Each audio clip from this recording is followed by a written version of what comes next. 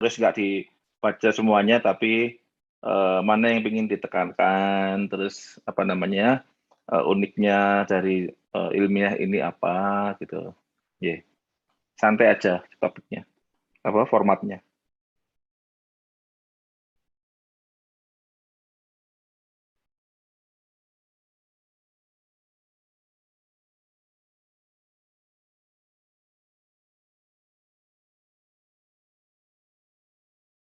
Saya admit plus tentang kita.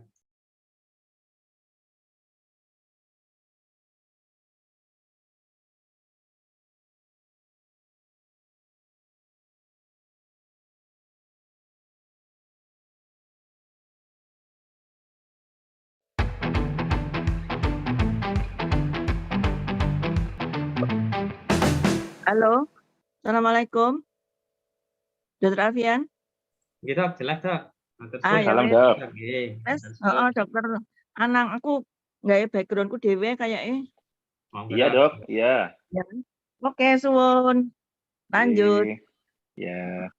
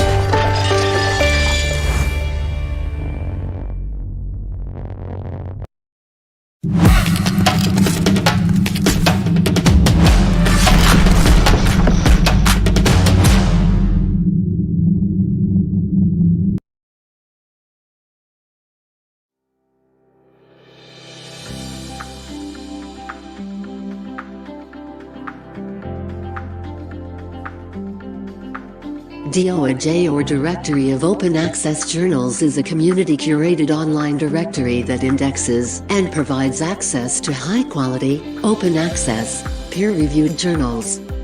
DOAJ indexes and promotes quality, peer-reviewed open-access journals from around the world. DOAJ is a co-author of the Principles of Transparency and Best Practice in Scholarly. DOAJ is a global network of ambassadors who promote open access and best practice in their regions. Find open access journals and articles in DOAJ, which contains 80 languages, 130 countries represented, more than 17,000 journals, and more than 7 million article records. Congratulations to Journal Respiracy for being accepted into DOAJ.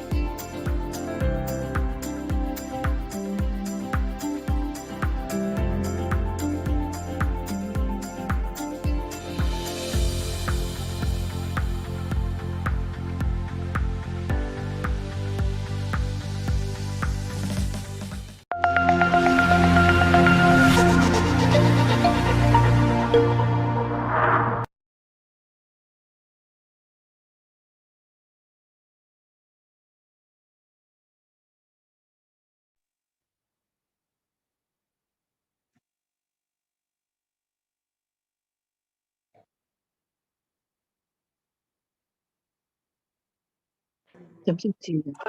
Bismillahirrahmanirrahim. Assalamualaikum warahmatullahi wabarakatuh.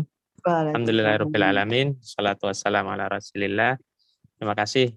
Alhamdulillah segala puji bagi Allah yang masih memberikan kita kesehatan, kesempatan untuk bisa bertemu dalam kesempatan yang baik ini, dalam kegiatan agenda Jurnal Respirasi Talks yang ketiga, yang kali ini akan mengangkat tema tentang peringatan Hari TB Sedunia. Hadir dalam kesempatan ini ada 3 pembicara yang nanti kegiatan akan dimoderatori oleh Dr. Isnin Anang yang jauh-jauh saat ini beliau sedang ada di Aceh. Ya, nanti juga akan dipanelis oleh Dr. Winariani selaku Chief Editor dari Jurnal Respirasi. Jurnal Respirasi kita kenal saat ini sudah terindeks DOAJ, terindeks internasional, dan sebelumnya sudah terindeks Sinta 2. Nanti akan disampaikan oleh Dr. Anang. Untuk sambutan yang pertama, monggo Dr. Winariani dapat memberikan sambutannya. Monggo, Dok. Ya, sebentar. Assalamualaikum warahmatullahi wabarakatuh. Salam. Waalaikumsalam warahmatullahi Salam. wabarakatuh. Alhamdulillah pada siang hari ini kita bisa bertemu lagi dalam acara Jurnal Talk, Talk ya, yang telah ini mungkin ketiga kali ya, Dokter Anang ya, Dokter Alfian. Nggih, Dok. Nggih, Ketiga leres, Dok. kali dan semua berjalan lancar dan mudah-mudahan nanti ini berjalan lancar juga karena dalam mempromosikan jurnal kita yang sudah terindeks DOAJ dan masuk Sinta 2, mudah-mudahan ke depannya akan bertambah maju lagi. Dan pada hari ini kita mengundang para pembicara-pembicara yang mengemukakan pendapatnya mengenai beberapa hal yang penting yang berhubungan dengan TB. Mudah-mudahan nanti ini menjadi masukan bagi kita semua dan juga para peneliti maupun yang mengajukan makalahnya supaya bisa menjadi tantangan kita ke depan, jadi lebih maju. Dan semoga Hari TB Sedunia ini akan selalu kita peringati karena mengingatkan kita pada bahwa TB ini kelihatannya kok tidak pernah berhenti-berhenti. Meskipun sudah diusahakan obat yang bagus, KIE yang bagus, tapi kenapa kok tidak berhenti-berhenti? Rupa-rupanya ada seperti tantangan-tantangan yang akan dibicarakan oleh para narasumber yang bisa menjadi modal untuk pemikiran kita ke depan. Sebelumnya saya mengucapkan terima kasih kepada para pembicara yang telah mempersiapkan diri dan juga untuk kepada tim kita sendiri yaitu Dr. Anang, Dr. Alfian dan juga tim administrasi kita adalah Mbak Laila dan Mbak Cindy. Saya kira itu saja. Monggo dilanjut Dr. Alfian. Dr. Alfian. Matur suwun, Dr. Win. Terima kasih untuk sambutannya. Tidak berpanjang kata, nanti langsung dipandu oleh Dr. Anang. Monggo, Dr. Anang, jauh-jauh dari negeri Aceh. Serambi Mekah. Silakan, Dok. Jauh-jauh dari Serambi Mekah. Alhamdulillah. Assalamualaikum warahmatullahi wabarakatuh. Yang hormat Dr. Winariani, editor dari Jurnal Respirasi, Dr. Alfian, dan para pembicara sekalian, dan juga saya menyapa dari pengelola Jurnal Respirasi ini, Mbak Lela dan Mbak Cindy. Ya, jadi kita memperingati Hari TB Sedunia, ya, tanggal 24 Maret, di mana Bapak Robert Koch menemukan kuman TB pada tanggal 24 Maret 1882. Nah, kita kebetulan juga pas dengan acara launching Jurnal Respirasi, maka kita mengadakan JR Talk spesial pada Hari TB Sedunia ini. Sebelumnya kami perkenalkan, ini adalah acara dari Jurnal Respirasi, di mana ini adalah jurnal dari Departemen Pulmonologi dan Ilmu Kedokteran Respirasi, FK Unair, dengan afiliasi dengan Perhimpunan Dokter Paru Indonesia. Jurnal ini sudah mencapai akreditasi Sinta 2, kemudian di Garuda bisa diakses dengan Google Scholar, dan kalau kita nulis di sini langsung connect ke Mendeley juga. Jadi jangan ragu-ragu untuk mensubmit tulisan Anda di jurnal ini, tetapi mohon yang terkait dengan respirasi, paru-paru dan saluran napas, ya. Kemudian jurnal ini sudah alhamdulillah mencapai akreditasi untuk DOAJ, ya, Directory Open Access Journal, di mana itu adalah akreditasi yang sangat prestisius, apalagi ini masuk di DOAJ SEAL, SEAL, di mana itu hanya dari 10% dari jurnal yang sudah masuk akreditasi DOAJ, di mana itu yang memberikan best practice, ya, yaitu jurnal yang bersifat open access dan copyright-nya bukan di jurnalnya, tapi copyright-nya jatuh di tangan penulis. Jadi sangat beruntung para penulis yang bisa mempublikasikan tulisannya di jurnal respirasi ini, atau bahasa Inggrisnya Journal of Respiration. Nah, ini akan terus kita update jurnal ini, targetnya adalah Scopus, sangat-sangat presisius, ya. Oke, pada siang hari ini kita ada 3 penulis yang menuliskan ilmiahnya dengan topik tuberkulosis, karena sesuai dengan hari World TB Day, ya. Saya bacakan. Yang pertama adalah Dr. Edward Panduwiryansyah, spesialis paru konsultan. Beliau akan mempresentasikan, ya, tulisan beliau tentang lymphadenitis tuberculosis in immunocompromised patient. Ini adalah case report, ya. Kemudian yang kedua adalah dari Dr. Titik Sulistiawati, MKet Klin, spesialis mikrobiologi klinik, ya. Beliau akan mempresentasikan publikasinya tentang tuberculosis meningitis, the microbiological laboratory diagnosis and its drug sensitivity pattern. Sangat menarik tulisan beliau. Kemudian yang ketiga adalah Made Indira Dianti Sanjiwani, sarjana kedokteran. Ya, jadi Made Indira ini akan menyampaikan tulisan ilmiahnya tentang probiotic based therapy for active tuberculosis infection, the role of lung gut axis and granulocyte macrophage colony stimulating factors. Masih sarjana kedokteran atau sudah dokter ini ya, Made dia Indira? Masih sarjana kedokteran, dokter. Mau dokter ini, mau lulus dokter. Wah. Kemudian tertarik di bidang ilmu paru, ya. Tulisannya sudah sangat menarik. Baik, yang pertama saya menyapa Dr. Edo, di panggilannya Dr. Edward Panduwiryansyah. Halo Dr. Edo, gimana kabarnya, Dok? Dr. Edo. Ini internet di sini menteri-menteri apa apanya ya? Dengar, Dr. Edo? Unmute, Dr. Edo. Oh, Andi, Dr. Edo. Iya. Baik. Bismillahirrahmanirrahim. Assalamualaikum warahmatullahi wabarakatuh. Salam. Ya. Dr. Edo, gimana kabarnya? Alhamdulillah baik, Dok. Ya. Dr. Edo ini Pertama-tama saya gimana tugas di mana nih, Dr. Edo? Saat ini saya bertugas di Makassar, di Rumah Sakit Ibnu Sina Makassar tepatnya. Oke, baik. Ini tentang apa nih, Dr. Edo? Ini case report ya pasiennya ini, Dr. Edo? Ya, jadi tulisan kami di jurnal respirasi ini mengangkat tentang 3 case, serial case, yang dimana memang case ini banyak kita jumpai, ya. Bukan case yang langka, tapi cukup banyak dengan berbagai permasalahan diagnostik ataupun terapinya.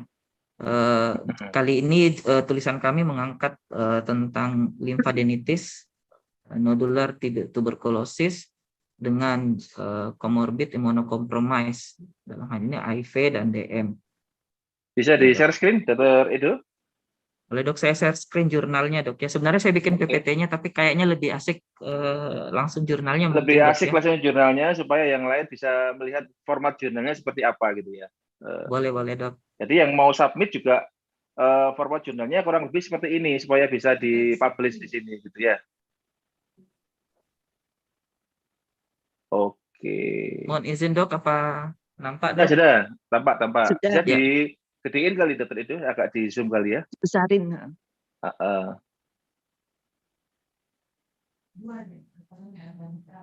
Itu kali yang plus itu kali ya.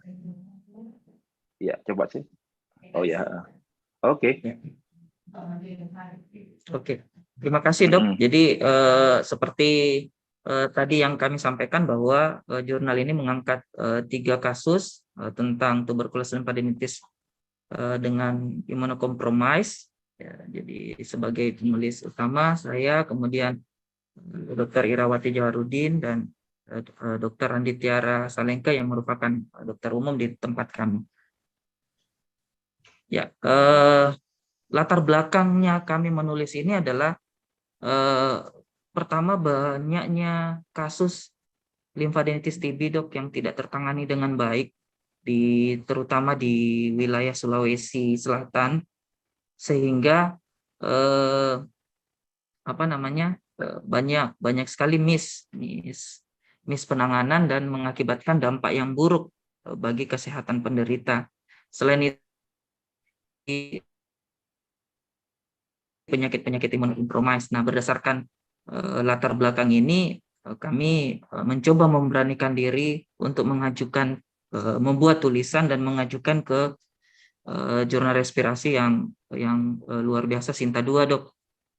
Jadi bagaimana kita meramu tulisan ini supaya layak dipublish di Sinta 2, nanti akan kami perlihatkan di sini dok. Jadi tidak banyak dok di pendahuluan. Pada umumnya memang penyakit-penyakit dengan imunokompromis, apalagi dengan CD4 yang rendah, itu pastinya akan berimpak terhadap TB ekstra paru. Nah, paling sering memang kasus-kasus dengan limfadenitis TB. Nah, saya langsung saja dok di kasus pertama. Kasus pertama ini laki-laki usia produktif. Dia datang ke poli paru dengan keluhan batuk, kemudian ada benjolan di lehernya, dengan berat badan yang cukup ideal juga, riwayat merokok. Nah, kalau kita lihat dari anamnesanya masih anamnesa TB pada umumnya. Jadi bisa para peserta mungkin bisa lebih membaca bisa melihat langsung anamnesanya di jurnalnya ya. Nah, ini kondisi pasiennya dok. Kalau dilihat sepintas tidak nampak nodul sama sekali kecuali pasiennya menoleh. Jadi ukurannya tidak besar, tidak juga kecil. Nah, yang unik dari pasien ini yang kami angkat di sini adalah adanya korelasi antara penyakit TB paru dan ekstra paru.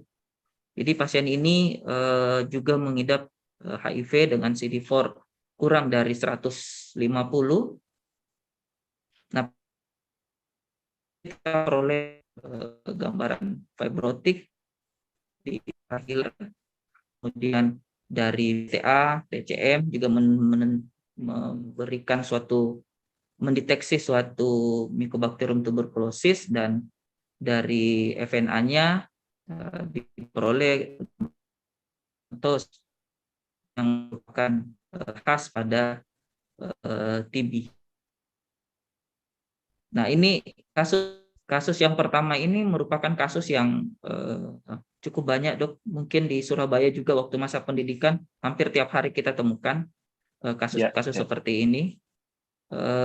Ini adalah kami angkat ini di kasus pertama sebagai contoh bahwa kalau penderita dengan limfadenitis TB datang dengan early diagnostik dengan bagus, kondisinya akan jauh lebih baik. Nah, berbeda pada kasus nomor 2 dok. Nah, kasus nomor 2 ini sudah terjadi skar luka. Sudah terjadi skar luka. Jadi keunikan dari kasus ini ya memang pasiennya sama-sama HIV dok, sama-sama HIV dengan TB paru dan limfadenitis TB. Jadi ini delay memang dok, pasiennya delay diagnostik karena terlalu lama di work up di puskesmas. Jadi tidak berpikir mengarah ke TB karena pada awalnya pasien tidak mengeluhkan gejala respirasi sama sekali. Nanti setelah terjadi skar luka, kemudian ada pus, baru dia merasakan keluhan respirasi. Nah, sama dengan sama dengan kasus pertama, kami juga melakukan pemeriksaan foto ronsen. Di sini kita dapatkan gambaran TB pada kedua lapangan paru, terutama di daerah apex. Dan pada pemeriksaan BTA kita dapatkan kuman BTA, Dok. Nah, keunikan yang merasa unik dari kedua kasus ini, Dok, adalah pasien-pasien TB biasanya dengan pemeriksaan dahak justru BTA-nya cenderung negatif, Dok. Kalau kita lihat beberapa tulisan, tetapi pada pasien ini justru sangat banyak sekali kuman BTA-nya. Iya. Tidak beberapa tulisan mengatakan bahwa ada korelasi dengan CD4. Semakin rendah CD4-nya, maka semakin susah kuman yang kita dapatkan. Nah, pada tulisan ini justru kebalikannya, Dok. Awalnya sih kami tidak menampilkan CD4 di sini, Dok. Tapi luar biasa reviewer dari jurnal respirasi yang begitu detail dan mengarahkan bagaimana tulisan ini bisa disandingkan di jurnal respi. Alhamdulillah, terima kasih banyak untuk para reviewer yang kami sendiri nggak tahu siapa reviewernya. Iya, memang harus gitu. Ya, alhamdulillah pantulan-pantulan serasa mengerjakan case waktu zaman presiden, Dok. Luar biasa. Iya. Ya, sedangkan ini adalah kasus nomor 3. Nah, ini kasus ada pasien datang sama sekali tidak ada keluhan respirasi, Dok, sama sekali tidak ada keluhan. Awalnya dirawat di bedah dengan scar luka di leher. Setelah di foto ronsen baru dikonsul ke paru. Kita dapatkan gambaran TB yang luas, terutama di daerah kedua lapangan apex. Nah, dari pemeriksaan BTA sputum itu kita dapatkan hasil negatif, Dokter. Tetapi pada saat itu kami melakukan pemeriksaan BTA pada pusnya. Jadi saat di Debri Demang itu kami meminta pemeriksaan BTA. Nah, kami tidak melakukan pemeriksaan kultur karena keterbatasan dari sarana prasarana rumah sakit kami. Nah, pada pus itu kami peroleh juga banyak sekali kuman-kuman TB di dalamnya. Nah, ini kondisi pasien waktu pertama kali masuk, dan ini kondisi pasien gambar B ini pasien setelah di Debri Demang. Kemudian pada kondisi C ini pasien setelah minum OAT 3 bulan. Jadi bagus, sudah bagus kondisinya. Memang pasien ini rutin kontrol di rumah sakit, Dok. Dan rutin juga minum obat tuberkulosis OAT. Dan pasien ketiga ini bukan HIV, tetapi dengan komorbid diabetes mellitus. Jadi memang gulanya juga ikut terkontrol. Oke, baik. Ya. Nah, gitu ya, Dokter itu. Ya, Dok. Nah, dari ketiga case ini kami mengangkat suatu diskusi di mana bahwa besarnya kemungkinan atau tingginya kemungkinan penyakit ekstraparu, terutama limfadenitis TB pada penderita imunokompromis, dalam hal ini HIV ataupun diabetes mellitus. Nah, dengan pengobatan dengan early diagnosa, tentu outcome-nya jauh lebih bagus juga. Kemudian dengan delay diagnosa berakibat buruk, ya mungkin bisa sampai scar luka yang luas, menimbulkan pus yang luas. Jadi nodulnya bisa pecah dan bisa mengeluarkan pus. Seperti itu, Dok. Mungkin ini yang bisa saya sampaikan. Jadi modalitas terapi untuk kasus-kasus seperti ini, Dok, tentunya FNAB, kemudian sputum BTA, gen expert, dan dari masing-masing pasien dengan imunokompromis. Saya kira ini dari saya, Dok. Baik. Ada tanggapan atau bagaimana? Baik, terima kasih Dr. Edo. Jadi mungkin ada sedikit koreksi tadi jurnal respirasi dengan nama bahasa Inggrisnya Journal of Respirology ya. Jadi karena kita sudah internasional ya kita disesuaikan dengan bahasa Inggris tapi tetap ada JR-nya Journal of Respirology. Ya. Baik, kalau saya bisa sedikit mengomentari nilai plusnya dari jurnal ini adalah nanti mau ditanggapi Dr. Win sama Dr. Alfian ya. Nilai plusnya dari jurnal ini satu, corresponding author-nya dia memakai email yang institusi. Jadi tolong bagi yang mau submit jangan pakai Gmail atau Yahoo Mail. Ya, mungkin itu email pribadi, tapi kalau untuk resmi pakai email institusi @uner.ac.id.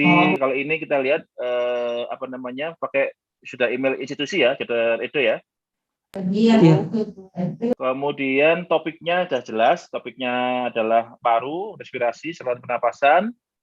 Kemudian gambar-gambarnya, kalau case report adalah kekuatannya adalah di gambar ya, jelas ya, ada grossnya, ada pasiennya, ada pemeriksaan BTA-nya jelas ya, dan juga case series. Ini bukan case report, ini case series ya. Mungkin judulnya untuk next ke depannya kayak gini sudah jelas case series karena memang 3 kasus is better than 1 kasus gitu kan ya.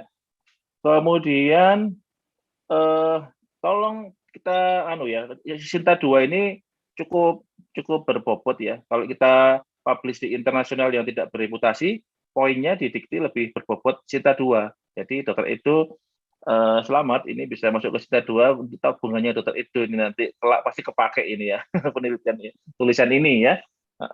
Baik, mungkin ada komentar Dr. Alfian, Dr. Win tentang jurnal ini atau ada yang dikomentari mungkin Dr. Win, Dr. Alfian? Ya, mungkin saya mau tanya Dr. Edo. Halo, mana Dr. Edo? Ada Dok. Baik, Dok. Tambah lemu Baik, Dr. Dok. Edo. Seneng ya di sana ya. Tambah sehat, Dok. Dulu Dokter sehat, Dok. Saya seneng di sana ya. Dulu senang juga kok, Dok. Iya, kelihatan kalau senang, gembira. Dr. Edo, saya mau tanya ya, untuk sebetulnya kan kasus ini untuk limfadenitis TB, itu kan kita banyak ya sebetulnya ya. Dan kebetulan yang diangkat oleh Dr. Edo itu dengan faktor risiko HIV sama apa tadi? Diabetes ya. Tapi kadang-kadang ada juga yang tanpa faktor risiko, terus kemudian jadinya juga benjolan yang besar dan tidak sembuh-sembuh. Mungkin kalau ada kasus-kasus seperti itu, kira-kira apa ya yang akan diinikan ya? Kadang-kadang kan ada ya kasus yang limfadenitis TB, tapi Iya, Dok. kita nggak ketemu faktor risikonya. Itu ada nggak di sana? Iya, Di Makassar. kasus seperti itu, Dok, cukup banyak juga. Jadi pasien-pasien dengan ekstra paru, terutama limfadenitis TB tanpa faktor risiko, tanpa komorbid cukup tinggi juga di sini, Dok. Banyak juga ya. Tapi iya, Dok, cuman pasien rata-rata masuk dengan kondisi yang bagus, Dok. Berbeda pada kasus-kasus yang kami jadikan seri seperti ini. Iya ya. Terus Baik. perasaannya Dr. Edo gimana bisa masuk ke JR ini, Journal of Respirology? Waduh, Journal of Respirology Sinta 2. Karena kan sulit ya masuknya. Iya, Dok. Iya, Dok, betul, Dok, sulit. Awal-awalnya sih sempat insecure, Dok, tidak akan diterima. Apalagi koreksinya ya luar biasa. Tapi ya tetap harus berjuang, semangat sampai dapat kabar, dapat WA ternyata lolos di Sinta 2. Luar biasa banget. Apalagi saya dapat kabar itu tengah malam, Dok. Sudah mau tidur ya ngantuknya hilang. Jadi ini kado ya untuk Dr. Edo. Karena sebetulnya yang masuk banyak ya Dr. Anang ya. Banyak. Majalahnya itu banyak. Kita rejection rate-nya tinggi sekali, rejection rate-nya. Nah, saya baca juga punya Dr. Edo itu kapan datangnya, kapan di review, kapan dikembalikan lagi itu ya lumayan lama. Tapi alhamdulillah bisa. Mungkin itu saja Dr. Anang. Ya, terima kasih Dr. Win. Ya, jadi ya kembali lagi ini adalah publikasi. Ini adalah tempat orang sedunia melihat, oh di sini ada aktivitas ilmiah. di Makassar. Jadi orang dari luar negeri tidak melihat Surabaya atau Makassar itu kota dengan hutan belantara tidak ada rumah sakitnya. Oh ternyata ada ya ilmiahnya di sana ya. Sudah ada pelayanan seperti ini canggihnya. Seperti itu. Jadi jangan kita underestimate.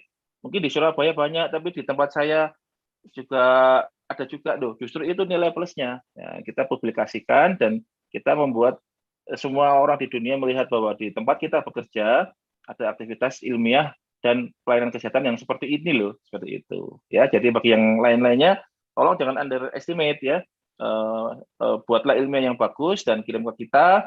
Kalau kita reject ya jangan kecil hati ya, karena ini kan sudah cinta dua, sudah sangat kuat ini posisinya. Ya mungkin kalau yang nanti lama-kelamaan akan timbul sense of gini. Kalau ini kayaknya Sinta 4 dulu deh. Kalau ini kayaknya Sinta 3 dulu deh. Kalau ini bagus, oh di Sinta 2 bisa. Atau Scopus kalian. Nah, seperti itu. Ya. Baik. Dr. Alfian mungkin ada komentar? Oke, terima kasih Dr. Edo.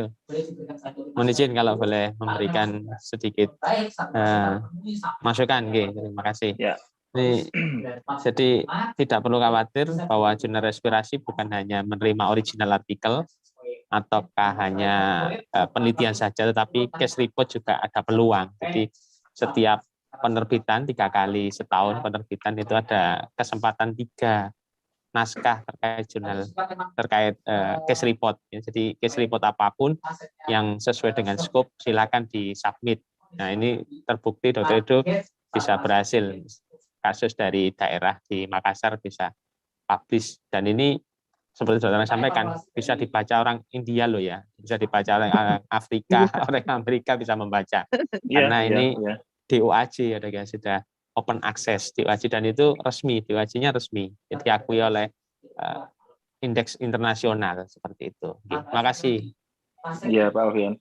DOAJ pun mengakui bahwa ini jurnal yang bagus, makanya dia DOAJ SEAL SEAL ya. Jadi itu hanya 10% dari seluruh jurnal DOAJ itu. Jadi ini levelnya lumayan ini, elit ini DOAJ SEAL ini ya. Baik, kalau demikian kita bisa lanjutkan ke penulis yang kedua. Saya ucapkan terima kasih Dr. Edo sudah diluangkan waktunya. Salam kepada Dr. Sama-sama, Ira. Dok. Terima kasih banyak. Ya, salam kepada Dr. Ira dan sejawat-sejawat yang lain di Makassar ya. Kami tunggu submitnya. Jangan lihat dulu Dr. Edo, nanti kita ada mau diskusi. Kasih. Ya. Baik, kita lanjut ke penulis selanjutnya yaitu Dr. Titik Sulistiawati, MCAT Clean spesialis mikrobiologi klinik. Beliau menuliskan tentang tuberculosis meningitis, microbiological laboratory diagnostic, dan drug sensitivity pattern. Sangat menarik. Dr. Titik, monitor. Ya, terima kasih Dr. Ya, baik, silakan disajikan apa yang sudah dituliskan di jurnal ini, Dok. Oh ya, terima kasih. Sebentar. Saya share screen dulu ya. Mungkin ya, sambil saya share screen, saya mungkin mau menyapa dulu. Assalamualaikum warahmatullahi wabarakatuh. Selamat siang semuanya. Ya, yang terhormat pada guru-guru saya juga ya, yang dari karena memang saya alumnus dari Unair, kemudian juga saya lihat tadi ada pembimbing saya, ada Prof. Made. Oh, iya. Selamat siang Prof. Made. Untuk tulisan ini juga sebenarnya juga salah satu juga bimbingan dari Prof. Made. Kebetulan saya dari institusi Kementerian Kesehatan. Sebenarnya kurang familiar terhadap tulisan. Mohon maaf ini saya share screen-nya kok agak ini ya. Iya, belum keluar. Iya, muncul one participant. Oh ya. Belum muncul. Kebetulan saya di institusi kesehatan di Balai Besar Kesehatan, Laboratorium Kesehatan, di mana memang sebenarnya kurang familiar terhadap tulisan atau jurnal-jurnal yang memang selama ini gaungnya lebih ke arah institusi pendidikan, karena memang di tugas kami itu tidak ada tupoksi terkait tulis menulis, cuman ketika saya masa pendidikan saya tertarik karena memang saya suka menulis sebenarnya. Jadi dengan bimbingan Prof. Made waktu itu beliau tidak bosan-bosan untuk mereview setiap tulisan saya. Mungkin terima kasih Prof. Made. Dan jurnal ini tulisan ini tuh sangat berkesan karena waktu itu tulisan ini tuh poster pertama awalnya dan juara 1 di acara TV Update tahun 2017, kemudian diminta untuk memasukkan di jurnal respirasi. Jadi judul yang saya angkat waktu itu adalah tuberculosis meningitis, the microbiological laboratory diagnosis and its drug sensitivity patterns. Jadi kenapa saya angkat tulisan ini? Jadi tulisan ini ada ketika saya masih masa pendidikan, saya ambil data di Rumah Sakit Dr. Sutomo tahun 2006 selama 1 tahun, September sampai Oktober 2016. Jadi untuk sebagai latar belakang, karena memang kita tahu kasus TB ini kan memang juga tinggi untuk di Indonesia, salah satu angka kesakitan dan morbiditas yang tinggi, dan salah satunya juga kasus ekstrapulmoner, di mana meningitis ini mempunyai dampak yang cukup tidak mengenakan untuk pasien, atau prognosisnya lebih ke arah yang buruk dibandingkan kasus TB ekstrapulmoner yang lain.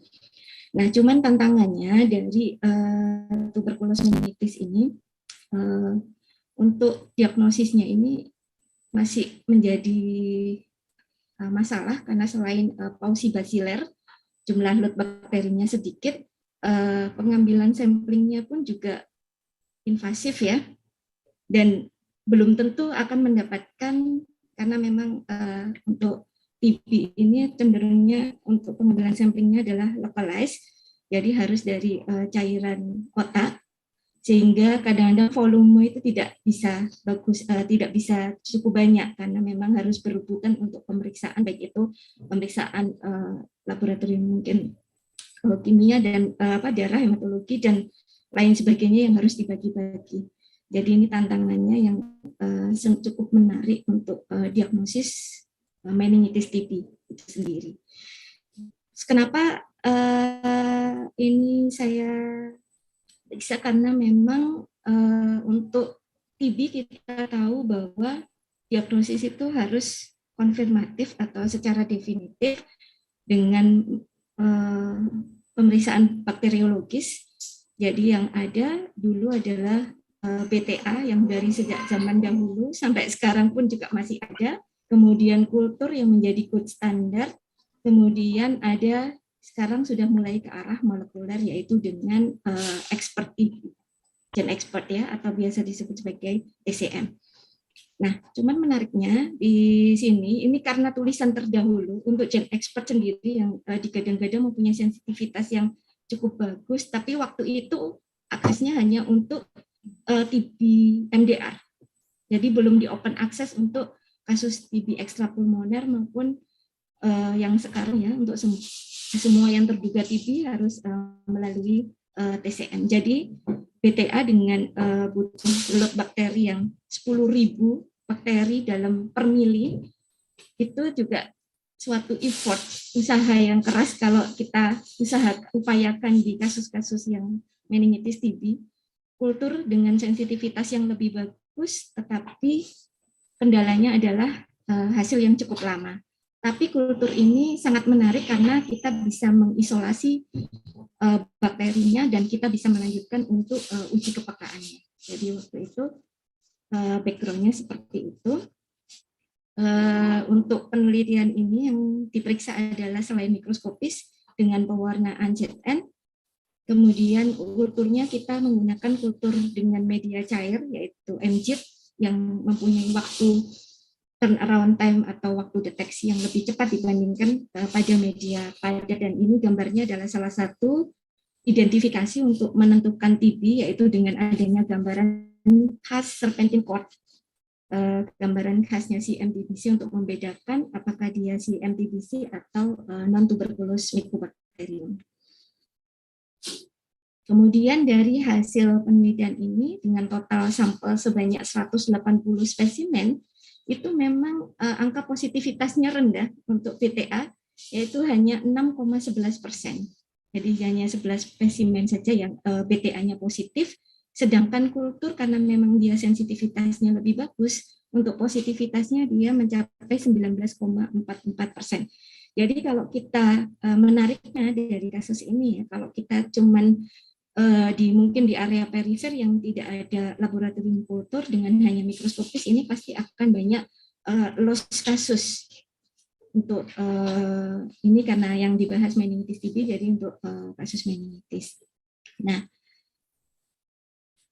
inilah yang masih menjadi PR buat negara kita ya, karena memang positivitasnya rendah, dan dari beberapa studi memang dari diskusi atau pembahasannya memang sama dengan di negara-negara lain bahwa PTA atau mikroskopis ini mempunyai sensitivitas yang cukup rendah juga, bahkan ada yang penelitian hanya 2,5%. Kemudian dari kultur pun sebenarnya bisa mencapai sampai sekitar 80%. Cuman karena dari beberapa studi menunjukkan ini berkaitan dengan jumlah volume. Jadi semakin banyak volume diharapkan positivitasnya akan meningkat, dan itu rasanya kalau implementasi di lapangan ini agak susah untuk mendapatkan volume sekitar 10 sampai 20 ml dari cairan otak. Ini agak susah. Jadi sangat menarik dari meningitis TB ini untuk diagnosisnya. Bahkan juga ada dari pembahasan itu yang merekomendasikan mungkin ketika dia volumenya tinggi atau volumenya besar, dia sebaiknya disentrifugasi supaya ada pengendapan BTA, dan itu dapat meningkatkan positivitas dari pemeriksaan yang dilakukan. Nah, dari kasus ini juga kita lihat sejumlah case-nya lebih banyak di perempuan dibandingkan laki-laki, dan kebanyakan juga di usia produktif, ya, lebih dari 15 tahun. Kemudian untuk setelah di kultur dan kita lihat positivitasnya, kita lanjutkan dengan uji kepekaan. Dari hasil uji kepekaan, kita tidak mendapatkan isolat yang MDR, yaitu yang resisten terhadap INH dan rifampicin, tetapi kita mendapatkan satu isolat yang monoresisten INH dan satu isolat yang poliresisten, karena memang untuk penelitian ini dengan uji antibiotik OAT yang lini 1, jadi poliresisten ini dia resisten terhadap streptomycin, rifampicin, dan etambutol tanpa isoniazid. Nah, kenapa ini penting? Karena menurut suatu studi, INH itu merupakan obat anti-TB lini pertama yang dianggap paling penting, terutama untuk pengobatan tuberkulos meningitis, dikarenakan memang adanya aktivitas bakterisidal yang lebih awal atau early bactericidal activity, dan juga penetrasinya yang cukup baik pada cairan cerebrospinal. Dibandingkan rifampicin, INH ini yang menjadi tren ya untuk yang lini 1. Nah, apabila terjadi resistensi isoniazid, maka bisa dianggap bisa mempengaruhi keberhasilan pengobatan meningitis TB ini dibandingkan dengan kasus yang TB paru. Jadi menariknya di situ, sehingga kita harapkan bahwa setiap kasus yang ditemukan dari TB ini kita bisa ketahui terkait resistensi terhadap obat anti-TB-nya. Nah, kelemahan atau kekurangan pada penelitian ini memang tidak ada data penunjang ya. Maksudnya untuk hasil analisis lab yang lain, pemeriksaan molekuler juga tidak ada, neuroimaging juga tidak ada, dan memang tidak menyertakan data klinis pasien atau riwayat pengobatan TB sebelumnya. Nah, untuk terakhir mungkin pemeriksaan molekuler inilah yang dianggap mempunyai sensitivitas lebih tinggi ini, yang akhirnya oleh program TB di open access ya untuk meningkatkan positivitas. Selain untuk kasus TB MDR, sekarang sudah di open access untuk TB ekstra paru, bahkan semua terduga TB dilakukan pemeriksaan TCM. Mungkin itu saja presentasi dari saya. Terima kasih. Assalamualaikum. Baik. Salam. Terima kasih Dr. Titi. Jadi di jurnal ini adalah kita bisa melihat bahwa jurnal respirasi itu in English per tahun berapa ya Pak Alvin? Ini masih dalam bahasa Indonesia ya? Kalau nggak salah sudah sebelum 2000 dok. 2000 dok. Tahun 2000 mulai bahasa Inggris, tahun 2020 itu mulai bahasa Inggris. 2020. Yang Dr. Titik 2017. Persiapan 2017. Jadi ini adalah waktu itu bahasa Indonesia karena masuk ke DOAJ, dan sebenarnya kita bahasa Inggriskan aja supaya mungkin dari luar Indonesia juga ada yang sudah ada yang beberapa yang mensubmit ya, tapi kita Ada reject Dok, nggih. karena kurang qualified, Kurang jadi kita bagus. reject. Kurang bagus. Oke. Ya, seperti itu. Jadi memang lepas dari jurnal ini yang saya udah tertitik ya. Jadi yang mau prosesnya adalah kalau jurnal masuk di filter secara administratif oleh tim administrasi jurnal kami, Mbak Lela sama Mbak Cindy, turnitinya bagaimana ya, topiknya sudah sesuai enggak di jurnal respirasi ini. Kalau sudah lolos dari itu, kemudian ke editor dirapatkan, kita pilih yang mana yang bagus, metode penelitiannya, kita lihat dari sampelnya, bagaimana tingkat kesulitannya, seperti itu ya. Kemudian kalau lolos, kita loloskan ke reviewer. Nah, kalau sudah lolos ke reviewer, itu antara reviewer dan penulis. Bolak-balik revisi sampai reviewer oke, baru kita antrikan ini yang nomor berapa ini kita publish ini. Seperti itu prosesnya ya. Jadi bagi yang di review bolak-balik itu justru kemungkinan untuk diterima tinggi. Jadi jangan menyerah begitu saja gitu ya. Baik.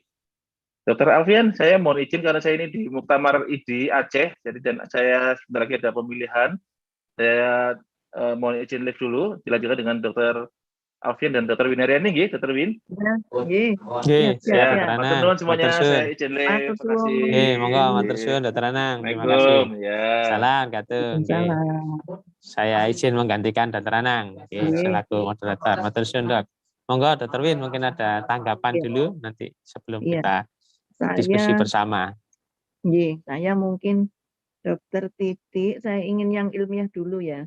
Itu yang gambar yang menunjukkan ekor itu mana ya? Coba ya Dokter Titik ya. Saya screen lagi nih, Dok. Iya. Soalnya ini termasuk ilmu baru kalau kita loh ya. Yang gambar. Nah ini nih. Itu yang dimaksud ini kan dikatakan seperti ekor kuda. Nah itu yang mana maksudnya? Jadi ini Dok, jadi terkait ekor kuda ini memang gambaran khasnya ini BTA-nya dia nempel-nempel gini, Dok. Jadi serpentine cord ini hanya diisolasi dari medium cair, Dok.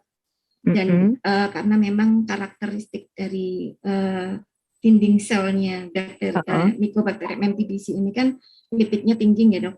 Jadi dia nempel-nempel yang seperti ini. Nah, kalau yang tidak serpentine cord itu dia terpencar-pencar begitu tuh. Jadi terpisah-pisah untuk BTA-nya. Merah-merah seperti ini semua kuman. Iya. Oh, berarti banyak sekali ya. Iya. Karena satu kita lihat, satu kan kita lihat yang merah-merah di luar itu ya. Iya, karena ini kan juga kita tanam di media yang enrich ya, yang diperkaya dengan suplemen dan nutrisinya. Ya. Jadi dia tumbuh di situ ya. Iya, Dok. Oh, berarti ya banyak sekali ya kalau dilihat. Ya. Ya. Ini salah satu cara untuk identifikasi, untuk membedakan dia NTBC atau NTM. Meskipun ada NTM juga yang ada serpentine cord, tapi cuman jenis yang lain, Dok. Jadi dominan ini dan kita bantu dengan ID lain yang kita menggunakan uji MPT64 untuk melihat antigen antibody dari koloni. Seperti itu. Jadi sekarang Dokter Titik menggunakan dengan molekuler itu sudah meluas apa belum ya Dokter Titik ya? Untuk diagnostik. Untuk TCM ini karena memang untuk TCM ini kan sebagai lini pertama untuk pemeriksaan TB. Jadi oleh MTB atau Program Tuberkulosis Nasional sekarang di open access untuk semua yang terduga TB, baik itu TB paru maupun TB ekstra paru, itu screeningnya melalui diagnosis awalnya adalah melalui TCM sekaligus untuk melihat resistensi terhadap rifampicin atau tidak. Baru nanti dilanjut apakah dia mengikuti terapi yang TB sensitif obat atau yang TB resisten obat. Jadi seperti itu. Sekarang memang kita dianjurkan untuk TCM ya. Jadi di rumah sakit juga nomor 1. Kalau dulu kan nomor 1 BTA.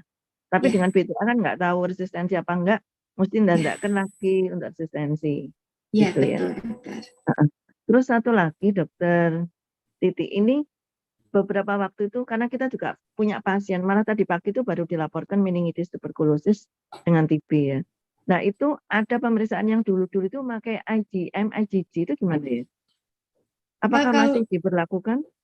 Kalau untuk pemeriksaan serologi tidak direkomendasikan oleh WHO. Jadi semua harus terkonfirmasi bakteriologis dan dibantu dengan adanya pemeriksaan molekuler itu, dokter.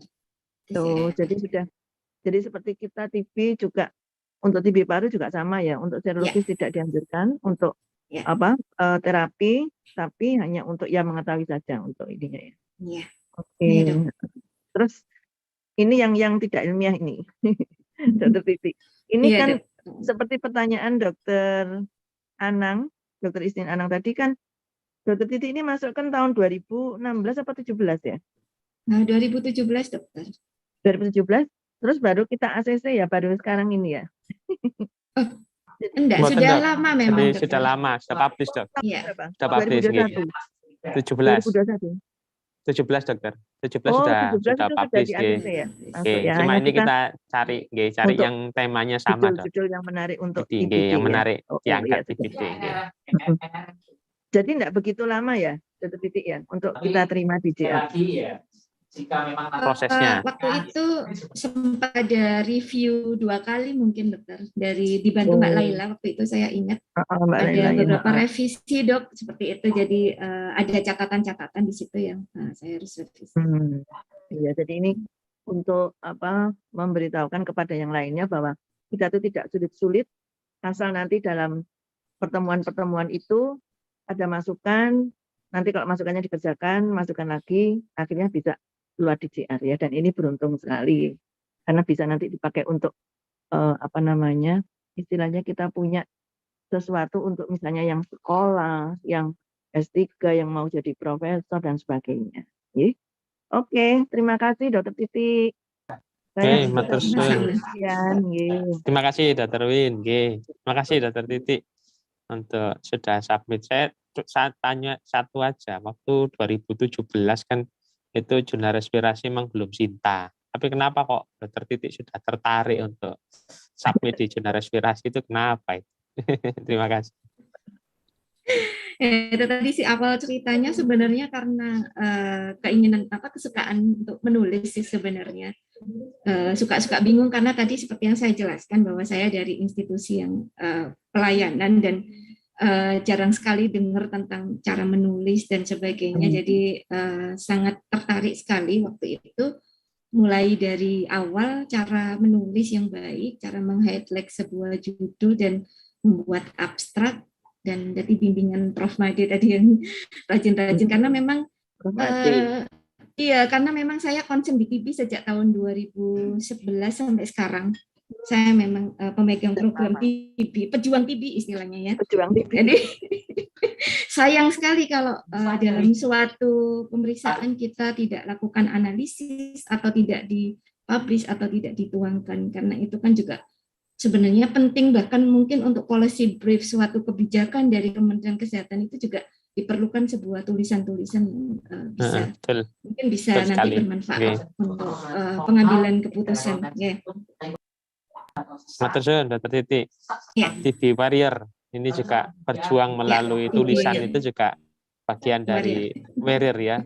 Tulisan ilmiah maksud saya, tulisan ilmiah itu juga bagian dari perjuangan kita bersama. Saya yakin yang hadir di sini yang jadi pemateri sini adalah TB Warrior semuanya ya. Oke, terima kasih Dokter. Nanti kita lanjutkan dengan sesi diskusi. Hadir dalam partisipasi hari ini sampai terbanyak 75, kemarin pendaftar lebih dari 90-an yang dalam link Zoom, hadir juga di sini ada tadi Prof. Made, terus kemudian ada Dr. Arthur Pohan, kemudian tadi ada Dr. Palilingan, guru-guru kami, ada PPDS juga yang hadir di sini, ada juga mahasiswa S1, S2, dan mahasiswa S3. Ada pertanyaan. Kita beralih ke materi ketiga, pembicara dari Bali, yaitu Made Indira Dianti, mahasiswa kedokteran di Bali. Ya, silakan untuk menyampaikan tentang probiotik pada pasien TB. Ya, monggo silakan. Nanti persilakan untuk panggilannya apa ini? Selamat sore, dokter-dokter sekalian. Perkenalkan Oke. nama saya Made Indira Dianti Sanjiwani, dapat dipanggil Indira, dokter. Indira, ya, monggo. Indira, silakan. Saya izin untuk share screen terlebih dahulu nih. Monggo, silakan. Ini literatur review tentang probiotik, ya, perannya pada TB. Ini baru publish di Mei 2021 di Jurnal Respirasi. Yang ini sudah bahasa Inggris yang ini. Oke, silakan. Baik, terima kasih banyak dokter atas kesempatannya. Mungkin sebelum saya menjelaskan terkait publikasi artikel yang sudah saya lakukan bersama teman-teman dan pembimbing, saya izin berterima kasih terlebih dahulu. Suatu kehormatan bagi saya juga bisa untuk sharing terkait artikel yang saya buat Niki bersama dokter-dokter sekalian Niki. Jadi untuk artikel ini mungkin sedikit berbeda dengan yang kedua artikel yang tadi. Artikel ini merupakan artikel review di mana tidak dilakukan menggunakan pasien pada pasien secara klinis. Jadi artikel ini berjudul Probiotic Based Therapy for Active Tuberculosis Infection: The Role of Gut-Lung Axis and Granulocyte Macrophage Colony Stimulating Factor. Boleh di zoom dikit, Oh, dibesarkan. Oke. Ya, makasih. Di zoom biar kelihatan kanan kiri. Begitu ya, kasih. Ya, dokter. Jadi ini artikel yang saya buat bersama rekan-rekan saya dan pembimbing dari Departemen Mikrobiologi, yaitu Dr. Agus Eka Darwinata. Untuk latar belakang dari pembuatan artikel review ini, kami mengangkat terkait permasalahan tuberkulosis yang hingga saat ini masih menjadi permasalahan kesehatan di dunia tentunya, dan mortalitasnya juga tinggi di Indonesia. Lalu kami mengangkat terkait adanya kasus MDR-TB yang saat ini cukup tinggi jumlahnya, dan di mana pengobatan TB sendiri menggunakan regimen yang cukup lama waktunya, sehingga ini dapat mempengaruhi kepatuhan pasien sendiri dalam pengobatan. Nah, melihat permasalahan-permasalahan tersebut, inovasi terkait terapi dari tuberkulosis harus terus dilakukan, dan beberapa dekade terakhir, beberapa tahun terakhir, salah satu mekanisme yang cukup banyak diperbincangkan di penelitian-penelitian baik secara internasional maupun nasional, yaitu mengenai mekanisme gut-lung axis. Jadi gut-lung axis ini merupakan mekanisme yang menunjukkan hubungan atau keterkaitan antara dua organ, yaitu organ paru dan juga usus, di mana ini berkaitan dengan adanya abnormalitas atau ketidakseimbangan mikrobiota di usus. Jadi beberapa studi sebelumnya juga telah menunjukkan bahwa pada kasus tuberkulosis terjadi perubahan pada komposisi mikrobiota ususnya. Namun untuk mekanismenya sendiri memang masih belum diketahui secara pasti. Namun juga beberapa studi telah dipublikasikan, yaitu salah satu mekanisme potensialnya yaitu melalui aktivasi GM-CSF, di mana GM-CSF ini yaitu merupakan suatu dia akan teraktivasi sebagai respon imunitas, yaitu merupakan mielopoiesis regulator, namun juga diketahui memiliki peranan yang signifikan pada proses inflamasi. Studi sebelumnya juga menunjukkan bahwa GM-CSF ini terjadi penurunan jumlahnya pada dapat menurunkan produksi MTB secara intrasel.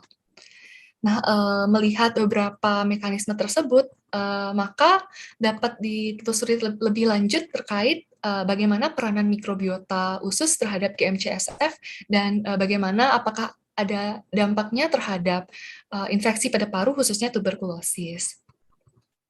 Kita ketahui bahwa salah satu mekanisme yang sederhana dalam memodulasi mikrobiota usus adalah dengan menggunakan probiotik.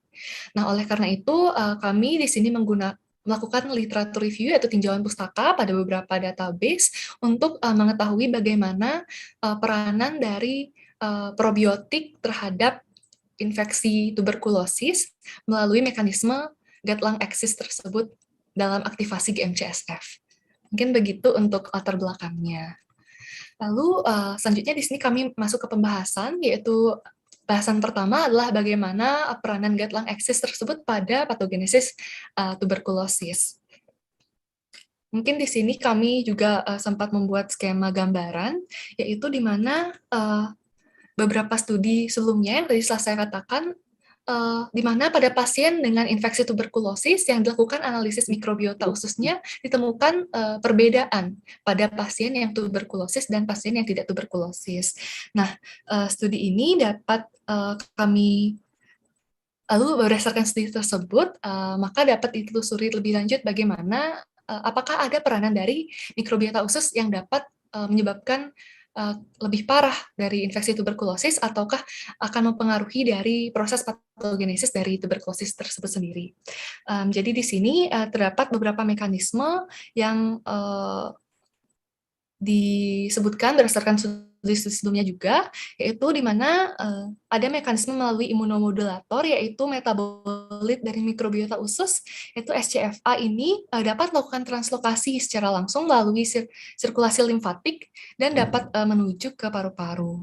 Selain itu juga adanya disbiosis atau ketidakseimbangan mikrobiota usus itu dapat menginduksi situasi inflamasi, yaitu akan terjadi aktivasi dari sel dendritik yang kemudian akan mengeluarkan mensekresi sitokin-sitokin proinflamasi yang kemudian juga dapat bermigrasi melalui sirkulasi limfatik. Dan sel dendritik ini juga dapat mengaktifasi secara langsung dari sel-sel T yang untuk menghadapi infeksi tersebut. Jadi mikrobiota ini berperan selain dalam bentuk metabolitnya tersebut, juga pada mikrobiota terdapat lipopolisakarida yang dapat berikatan pada TLR pada epitel usus dan dapat menginduksi sitokin maupun kemokin yang kemudian dapat memperparah dari keadaan infeksi tuberkulosis. Mungkin secara singkatnya patogenesisnya demikian. Lalu selanjutnya kami membahas terkait bagaimana GM-CSF ini. Jadi GM-CSF ini merupakan salah satu keluarga dari sitokin colony stimulating factor yang merupakan regulator myelopoiesis. Jadi di samping peranannya dalam myelopoiesis dan perkembangan dari maturasi makrofag alveolar maupun dendritic cell, GM-CSF ini juga memiliki fungsi dominan dalam proses inflamasi. GM-CSF ini tidak hanya diproduksi oleh sel T, namun juga oleh sel-sel lainnya seperti sel epitel, leukosit, dan fibroblast. Nah, GM-CSF ini akan berikatan dengan GM-CSF reseptor yang kemudian dapat menginduksi beberapa kaskade gen imunitas maupun inflamasi. Jadi, untuk GM-CSF ini, studi sebelumnya juga menyebutkan bahwa tidak adanya GM-CSF, yaitu pada studi in vivo, ini dapat menyebabkan disregulasi dari proses recycle surfaktan pada makrofag alveolarnya, yang merupakan tanda dari inflamasi paru yang menyerupai pulmonary alveolar proteinosis. Studi lainnya juga yang menunjukkan bahwa pada in vivo, yaitu tidak adanya GM-CSF, maka pada tikus tersebut tidak terjadi restriksi dari pertumbuhan MTB. Jadi pada tikus yang tidak ada GM-CSF-nya, pertumbuhan MTB-nya itu tidak dapat dibatasi atau lebih masif dibandingkan sebelumnya. Nah, studi lainnya juga menunjukkan signifikansi peranan GM-CSF, yaitu ada pemberian rekombinan human GM-CSF. Ini pada pasien dengan infeksi tuberkulosis aktif, di mana dapat terjadi perbaikan dari situasi tuberkulosisnya. Nah, selanjutnya ini kami juga membuat lebih dalam terkait mekanisme dari gut lung axis terhadap proteksi tuberkulosis melalui aktivasi GM-CSF. Jadi berbedanya dengan gambar yang tadi itu kami menunjukkan peranan secara umum dari gut lung axis, namun pada gambar 2 ini kami menunjukkan bahwa bagaimana mikrobiota usus dapat mempengaruhi GM-CSF dan bagaimana dampaknya secara langsung pada tuberkulosis.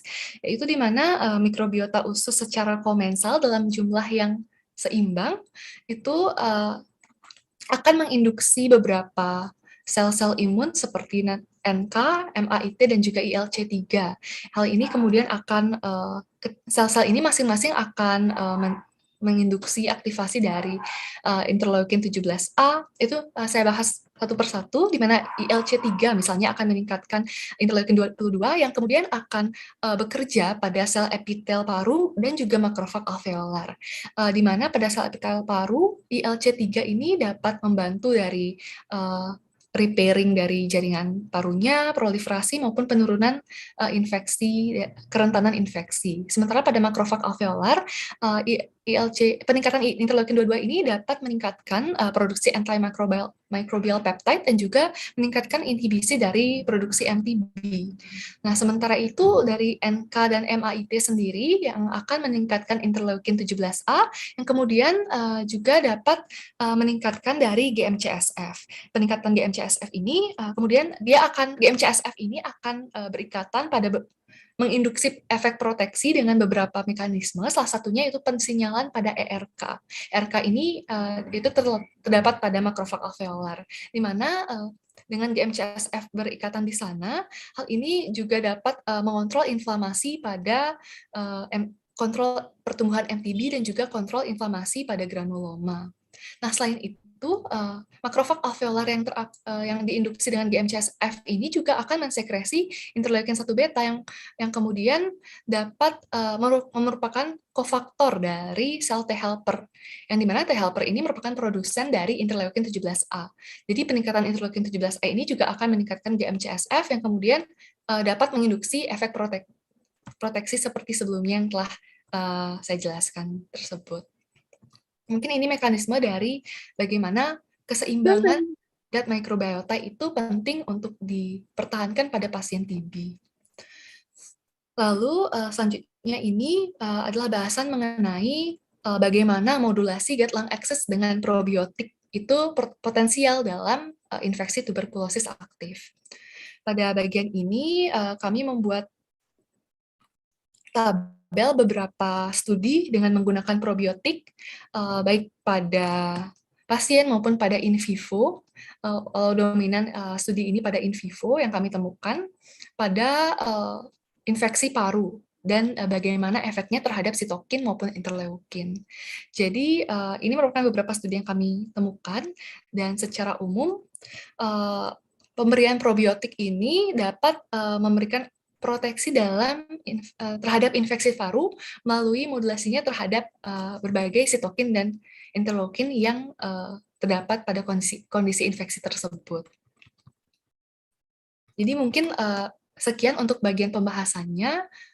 Lalu untuk kesimpulan yang dapat kami sampaikan di sini mungkin itu adalah terapi berbasis probiotik ini memiliki peranan dalam sistem imunitas pada pasien dengan tuberkulosis aktif melalui mekanismenya yang beragam tersebut, di mana beberapanya itu dengan mengontrol pertumbuhan dari MTB, mengontrol inflamasi pada granuloma, dan juga membantu perbaikan dari jaringan paru.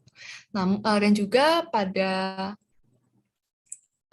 ditambah dengan efek tersebut, probiotik juga memiliki efek hepatoprotektif dan juga perlindungan terhadap gastrointestinal side effect. Ini yang tadi saya ada di pembahasan di bagian terakhir, namun memang tidak kami masukkan dalam tabel. Dan di mana di sini kami simpulkan bahwa efektivitas maupun dari probiotik based therapy ini belum didapatkan secara banyak di penelitian-penelitian khususnya secara klinis pada pasien, dan di mana kebanyakan memang penelitiannya adalah masih terbatas pada in vivo. Namun potensi ini merupakan perlu untuk ditelaah lebih lanjut dan diteliti lebih lanjut mengenai mekanismenya. Mungkin sekian dokter yang dapat saya sampaikan. Terima kasih dan mohon masukannya dokter. Terima kasih. Ini sudah disampaikan presentasi tentang peran probiotik melalui jalur gut lung axis seperti itu. Oke, Dr. Win, mungkin ada tanggapan dok? Ini bukan ujian, jadi ini sudah publish, ini bukan diuji ya dok ya. Tapi ya kepingin tahu ceritanya. Monggo dok.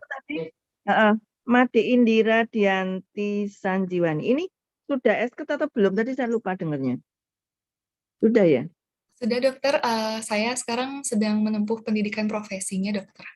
Oh, di mana? Di rumah sakit Masih Pusat berapa Sanglah lagi? dokter di Bali. Ada usaha Ya. kompensasi. DM dok, Enggak, dokter muda maksud ini. saya gini, ini kan Ya, dokter. Oke. kalau dibuat penelitian bagus ya, karena sudah membuat review artikel. Anda kayaknya ke depannya itu mau membuat penelitian berbasis tulisan Anda ini atau bagaimana ya? Ini bagus loh ini. Nggih dokter, untuk mungkin ketertarikan tentunya ada dokter nggih. Lalu mungkin ada beberapa penelitian juga yang bisa dicetuskan dari literatur review ini. Mungkin salah satunya saya sejauh ini banyak membaca terkait perubahan komposisi mikrobiota pada pasien tuberkulosis. Nah, sementara di Indonesia sendiri saya belum menemukan terkait bagaimana komposisi mikrobiotanya, apakah tentunya mungkin ada sedikit perbedaan dengan orang di luar negeri, mungkin begitu. Lalu ya dokter, lalu juga dapat diteliti baik secara in vivo maupun in vivo terlebih dahulu mungkin, lalu jika ada kesempatan pada pasien terkait pemberian probiotik maupun metode modulasi gut lung axis lainnya dokter. Iya, ini termasuk sesuatu yang baru ya. Mungkin kalau Anda bisa meneliti itu lebih bagus lagi karena Anda dari teorinya sudah pegang ilmunya ini. Tinggal nanti kalau dalam penelitian mencocokkan antara yang dibahas oleh artikel-artikel tersebut, kemudian dicocokkan dengan hasil penelitian Anda, itu bagus sekali. Ya, terus saya mau tanya dulu ya, probiotik ini kalau kita misalnya mau mendapatkan itu apa ya namanya ya, probiotik ini.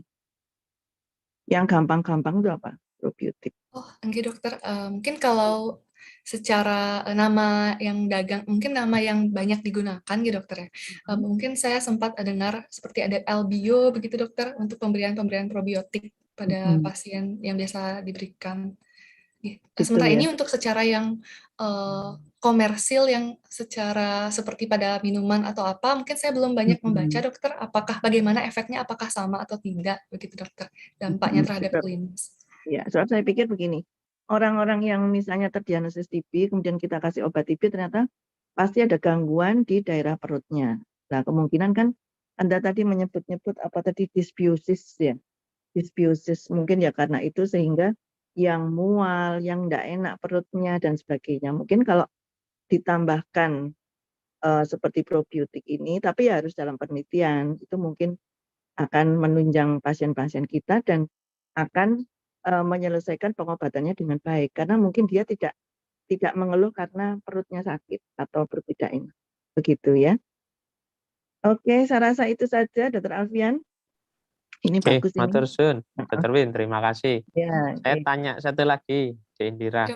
Kok tahu submitnya ke jurnal respirasi? Siapa yang mengarahkan itu ke jurnal respirasi? Kok kenal itu loh dari Bali kok submit ke jurnal respirasi? Ya.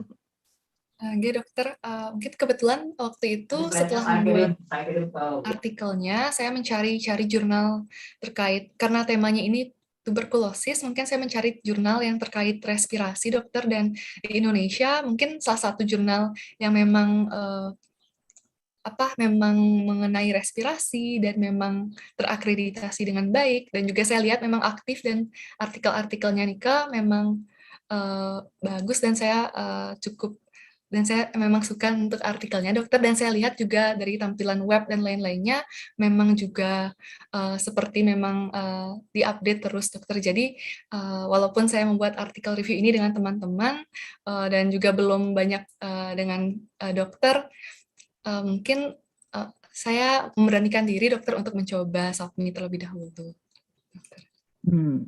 Ya. Dan diterima ya, syukur ya. Diterima Pak. Dokter, terima kasih banyak. Berapa kali? Dikoreksi berapa kali dokter? Sekitar 3 kali dokter kalau tidak salah. Oh ya, cepat ya 3 kali. Ya, lumayan cepat. Yang perlu diperhatikan adalah bahasa Inggris. Bahasa Inggrisnya ya bagus, terus kemudian turnity-nya tidak boleh lebih dari 20. Kontennya sudah bagus, sesuai scope, kemudian turnity-nya tidak lebih dari 20 itu, dan ini aktif untuk segera mengembalikan itu peluang untuk publish cepat. Ya, ini ada Dr. Niwayan Chandrawati, Kadep Departemen Paru di Bali nih, dicatat nih namanya Made Indira, kalau stase di Paru ini nanti dicatat nih.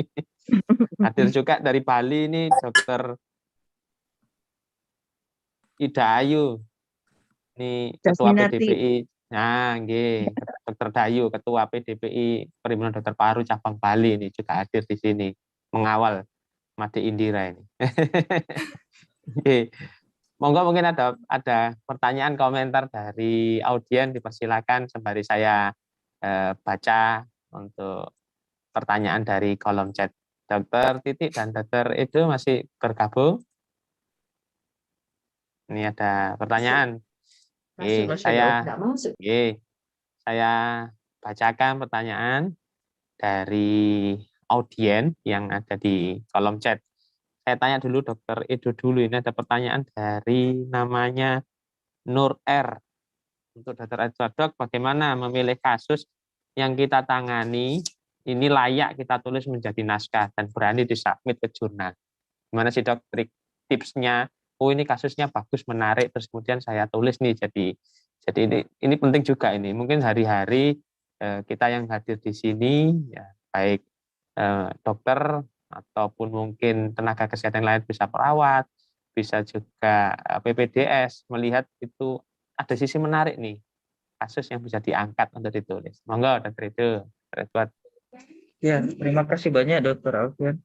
Jadi pertama, kalau kita mau melihat kasus, mengangkat kasus dalam sebuah jurnal, itu akan lebih bagus kasus tersebut itu adalah kasus series. Jadi bukan hanya satu kasus. Apalagi kalau misalnya kasus-kasus tersebut memang bukan kasus yang langka, sebaiknya series. Itu sangat dianjurkan. Saya melihat beberapa jurnal di tempat lain juga menerbitkan series, itu yang pertama. Yang kedua, pemilihan kasusnya itu apa yang ingin kita angkat di situ, apakah metode diagnostiknya, terapinya, atau hal-hal lain yang terkait kasus tersebut. Sebaiknya metode-metode tersebut itu dilengkapi dengan gambar-gambar. Semakin banyak gambar yang ditemukan dalam suatu series case, itu akan semakin bagus dalam publishingnya nanti. Saya kira dua komponen ini yang menjadi perhatian perhatian khusus bagi penulis, Dok, ya, untuk mau mengangkat dalam sebuah tulisan. Terima kasih, Dok. Ya, terima kasih Dokter Edo. Mudah-mudahan bisa menginspirasi kita semua untuk bisa melihat peluang. Ya, ada kasus yang kita temukan ya, Dokter Win ya, di pelayanan hari-hari, terus kemudian kita melihat kok kasusnya ini berbeda dengan yang biasa kita tangani. Ada sesuatu yang unik ini dan bisa itu ditulis, dicari referensi, dan itu mungkin bisa menjadi ilmu yang bermanfaat. Bukan hanya untuk pasien yang kita tangani, tetapi bisa bermanfaat untuk kita berbagi kepada tenaga kesehatan lain, untuk ada teman saya yang sudah menangani, ya di jauh sana, di Makassar ini menangani, dan ini saya bisa tiru ilmunya, seperti itu. Oke, terima kasih Dokter Edo. Dokter Win, ada tanggapan, Dok? Sebelum ada pertanyaan yang kedua. Sementara kayaknya belum dulu. Belum, G. Mungkin dari audiens ada yang mau bertanya untuk Adian, mungkin ada yang bertanya, dipersilakan. Oke, monggo. Ini banyak, ada mahasiswa, ada PPDS, ada ini saya juga kenal, ada perawat juga ada ini. Oke, silakan kalau ada yang bertanya. Sembari menunggu pertanyaan dari audien, ini ada pertanyaan lagi di kolom chat untuk Dokter Titik ya, dari Naifla. Naifla ini tidak tahu mahasiswa apa DM, saya kurang tahu ini. Dok, apakah ada update penegakan diagnosis untuk kasus meningitis TB? Karena melihat kan waktu yang dokter publikasikan tahun 2017. Ya. Terus yang kedua, apakah harus melakukan pengambilan cairan cerebrospinalis untuk penegakan diagnosa meningitis TB? Kemudian cairannya itu apakah bisa diperiksakan gene expert untuk cerebrospinalisnya, ataukah ada pemeriksaan yang lebih canggih dibandingkan gene expert yang mungkin hanya bisa mendeteksi rifampicin ya, Dok ya? Mungkin ada yang lain. Yang ketiga, apakah saat ini sering ditemukan kasus MDR yang meningitis dari meningitis TB? Yang sering kan TB MDR ya, TB paru MDR ini meningitis yang MDR. Monggo, Dokter Titik. Ya, terima kasih Dr. Alfian. Pertanyaannya banyak juga. Jadi yang pertama terkait update penegakan diagnosis untuk kasus meningitis TB. Jadi kalau saya sih dari sisi laboratoriumnya ya, kalau untuk diagnosis kasus mungkin dari klinisi kan ada sendiri ya dari gejala klinis, tetapi kalau secara kasus TB sekarang seperti yang saya sampaikan tadi bahwa sudah di open access untuk pemeriksaan molekuler untuk yang kasus-kasus ekstrapulmoner ya, bukan hanya kasus yang pulmoner atau yang TB paru, tapi sudah ada ke ekstrapulmoner dan semua harus tercatat rapi di namanya sistem informasi tuberkulosis seperti itu, dan itu semua datanya ada di nasional. Kemudian untuk updatingnya pemeriksaan karena kita tahu bahwa tadi pemeriksaan meningitis TB ini sulit ya. Jadi memang ada updating untuk meningkatkan sensitivitasnya, yaitu selain tadi yang pertama GenExpert tadi, itu akan nantinya ini akan update atau upgrade ke GenExpert yang ultra dengan sensitivitas yang lebih tinggi, dan itu bisa mengcover untuk pasien-pasien dengan yang TB HIV yang mempunyai karakter fungsi basiler ya, TB HIV, kemudian meningitis TB dan kasus-kasus ekstrapulmoner, di mana limit deteksinya dia dengan 16 CFU aja sudah bisa terdeteksi. Kemudian nanti yang kedepannya juga kita sudah mulai beralih lagi ke expert yang XDR. Jadi sekali running dapat yang resisten obat atau tidak, kemudian lanjut ke XDR atau tidak untuk regimen terapi yang berbeda. Dan untuk sampelnya kalau meningitis TB ya harus dari cairan otak. Jadi karena karakter TB ini kan juga localize ya. Kalau di jaringan ya jaringan, kalau di paru ya dahak yang paling tidak invasif dahak. Jadi seperti itu. Kemudian untuk kasus yang MDR ini seberapa sering? Mohon maaf saya tidak mempunyai data pastinya karena semua data ada di nasional dan memang jarang sekali publikasi terkait data TB meningitis ini.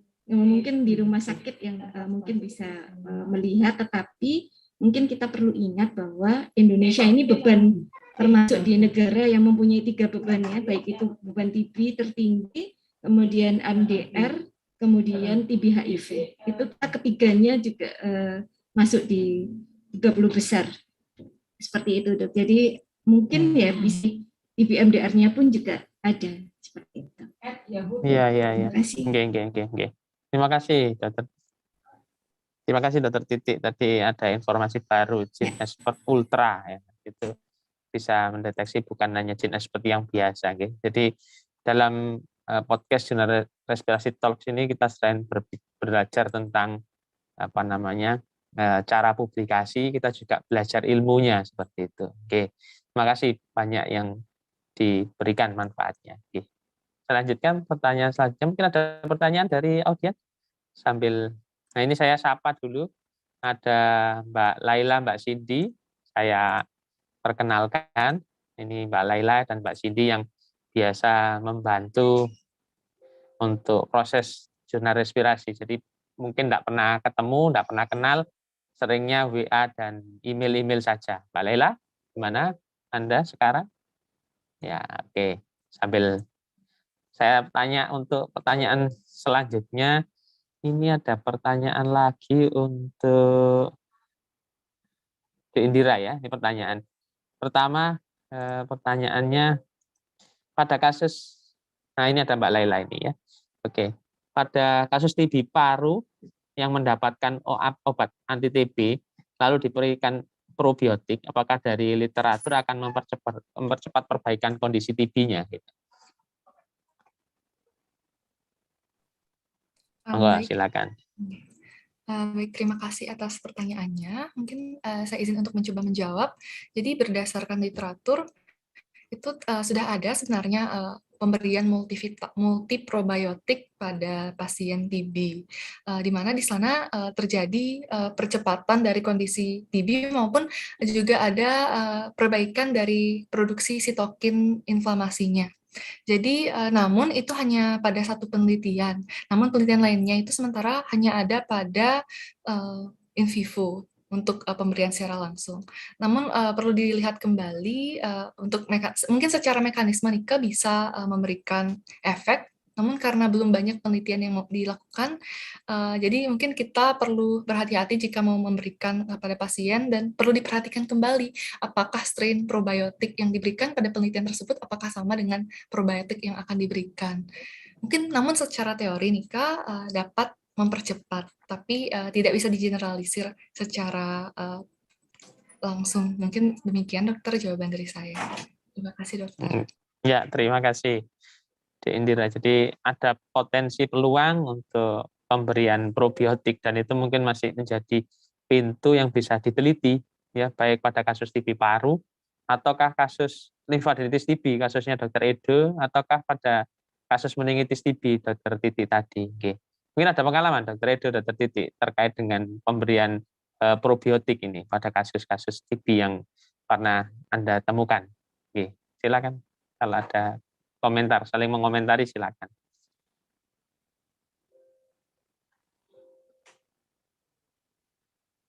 Probiotik yang kita biasa kenal ya, tadi sudah disebutkan ya, kita bukan untuk menyebut merek dagang, tapi yang paling umum dikenal ya salah satunya yaitu Yakult itu ya Dok ya.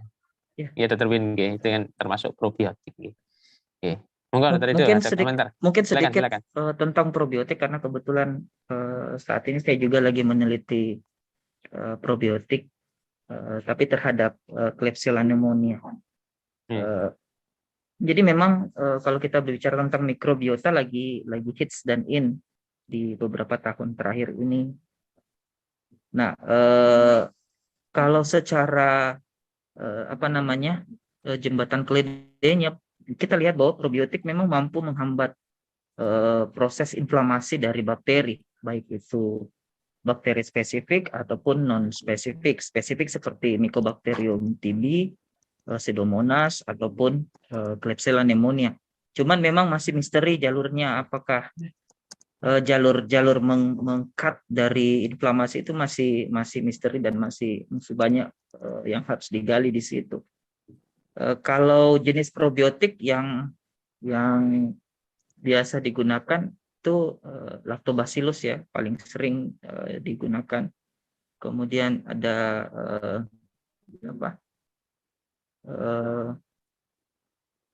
saya lupa namanya, Belongum, saya lupa nama depannya, agak sulit disebutkan. Tapi yang Belongum dan Lactobacillus ini memang yang kita lihat di literatur paling sering digunakan untuk pencegahan inflamasi pada kasus-kasus infeksi bakterial. Mungkin itu yang sedikit bisa saya tambahkan, Dok. Terima kasih. Terima kasih, Dr. Edo. Dr. Titi mungkin ada pengalaman terkait probiotik kan jenengan juga mikrobiologis ya. Nah, ini mungkin ada komentar, Dok. Silakan.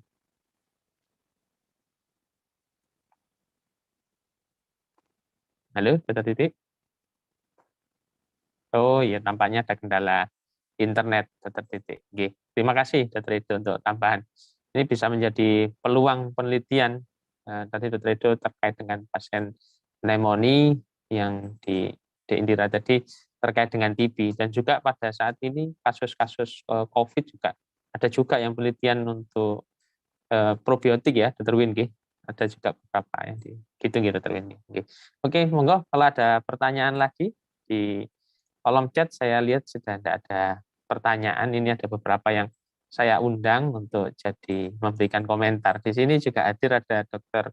Yunia Setiawati, beliau dokter spesialis kedokteran jiwa, beliau chief editor, Dok, sama dengan kita berjuang di untuk jurnal, chief editor di jurnal psikiatri ya. Nanti kita bisa kolaborasi, mungkin ada penelitian yang terkait dengan kejiwaan pada pasien-pasien TB ataukah pada pasien gangguan tidur pada pasien TB, itu bisa disubmitkan di jurnal respirasi. Jadi skopnya masih bisa masuk. Sembari kita mungkin ada menunggu pertanyaan dari yang lain, ini ada hadir sudah di sini Mbak Laila dan Mbak Cindy, yang beliau ini adalah tim intinya ya. Halo Mbak Laila, apa kabar? Mbak Cindy, apa kabar? Saya dokter. Oke dokter, alhamdulillah baik. Alhamdulillah. Dr. Titik sudah bergabung juga. Mbak Nggih, Dr. Yunias, terima kasih.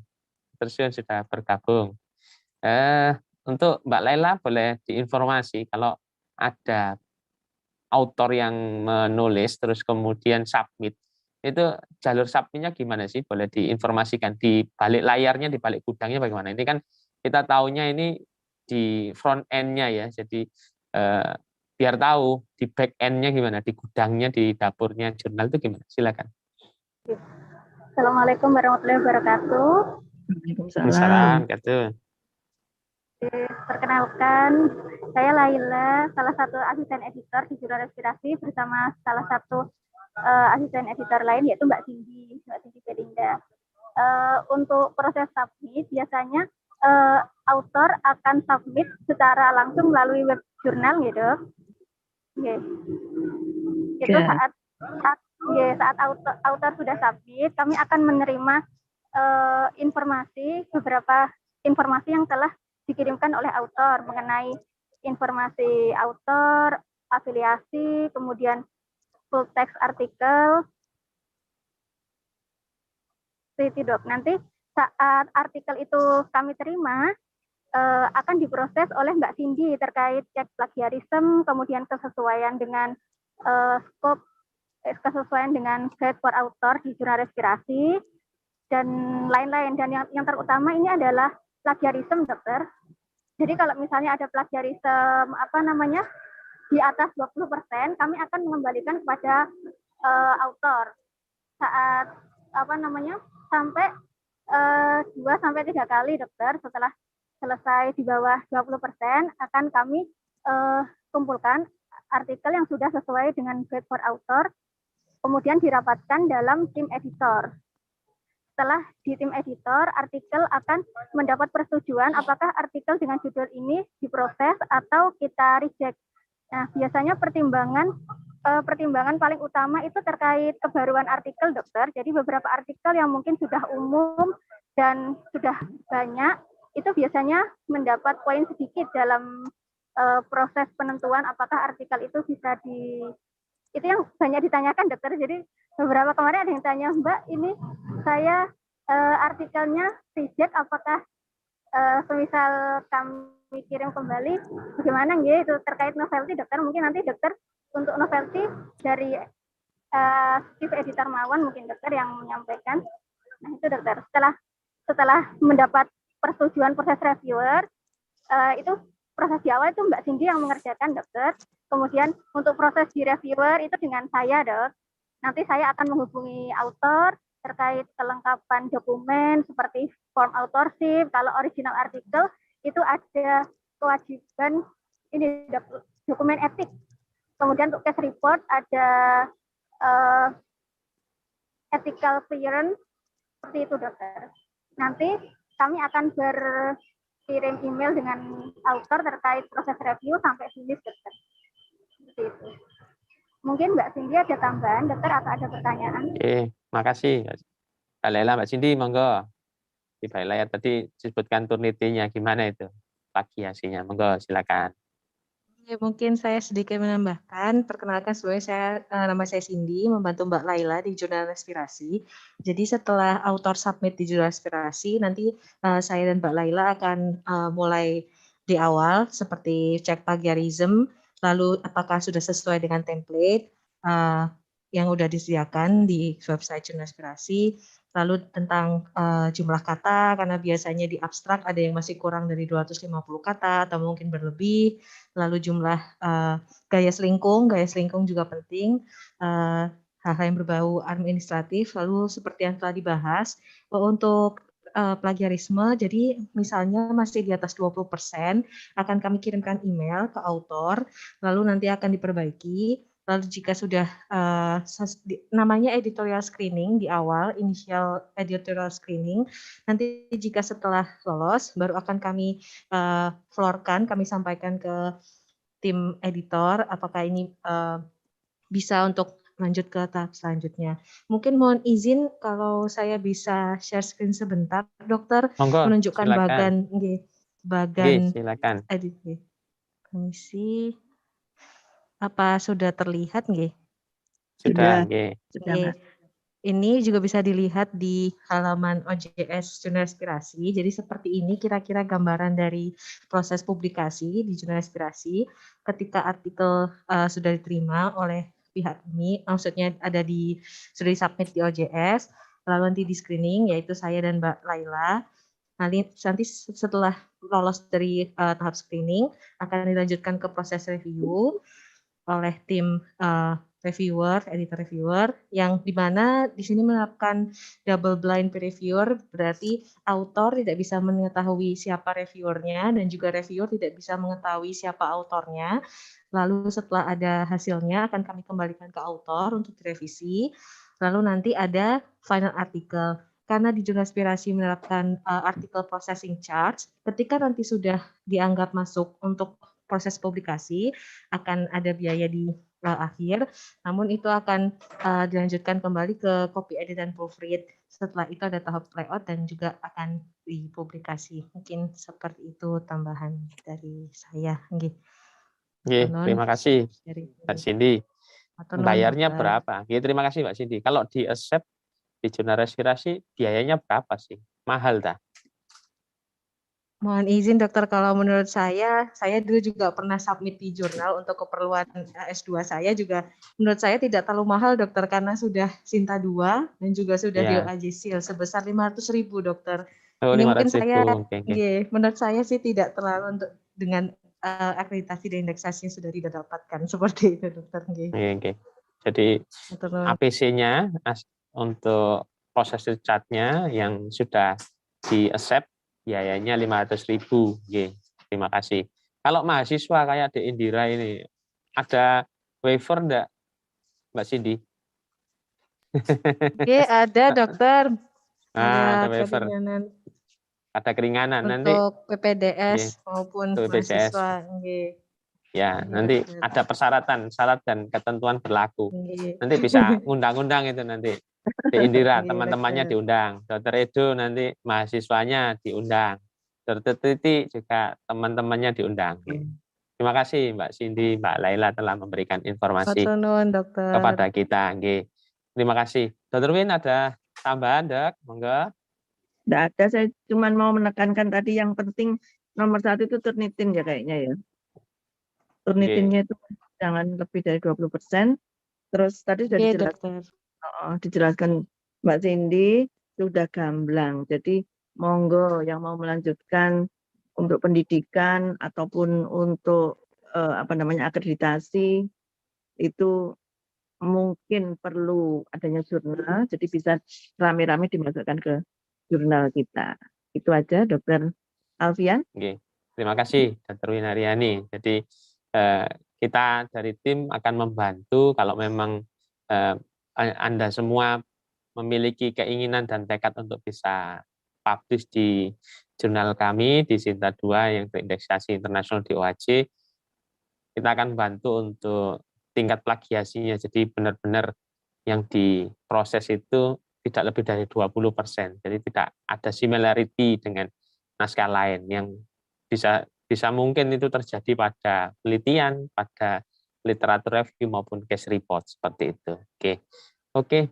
Karena sudah tidak ada pertanyaan, dipersilakan untuk peserta untuk absensi sudah kami kirim di kolom chat. Mungkin Dr. Edo, Dr. Titi, De Indira ada tambahan terkait kasusnya, terkait konten dari materi TB-nya, ataukah terkait dengan publikasi, dipersilakan. Dr. Edo.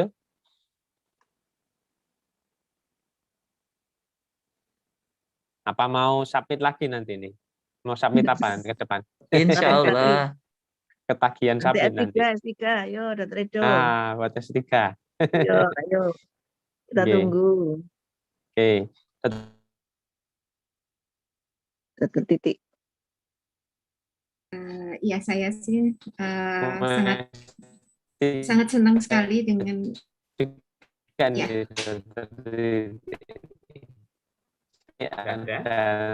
Silakan. Komentar. Suaranya Dr. Alfian kok mulai bleret. Silakan, monggo. Dr. Titi. Ya, maaf ini lagi internetnya sedang tidak stabil.